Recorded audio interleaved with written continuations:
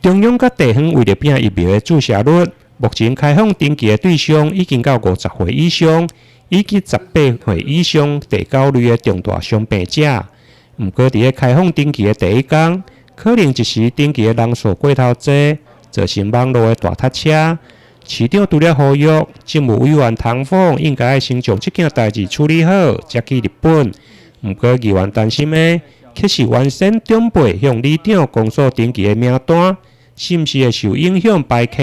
对此，卫生局长回应，完善登记的无受影响。因为即摆中央讲开放18岁以上到50岁，700万人，大家客里要预约，结果全拢宕机。我看唐凤先把这个宕机的先处理好，才去日本啦。无即摆较早去，结果。市长，这要重视一下。结果用一个即摆大宕机，造成民众的这个不确定感，反而不好。而且民测湾即摆伫现在的制度下，我们拜托因紧改登这改系统内底起来登录啦。那么可是有一寡资讯落差，有的真卡人还袂晓用电脑，我有请公所到3工，卫生所到3工，警所到3工。那伊个买咱去迄个便利商店去邮局吼，起来登记。我知议员的意思嘿。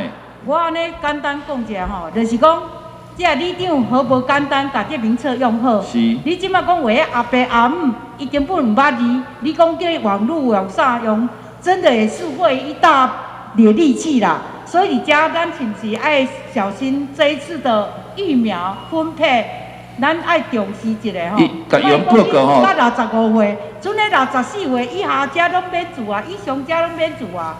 除了关心疫苗的注射，另外议员嘛关心地方的建设甲环境的维护，尤其一寡公园修整的花木，因为一直放伫咧路边，议员担心会滋生蠓虫。毋过，到底是环保局或者是工务局来处理？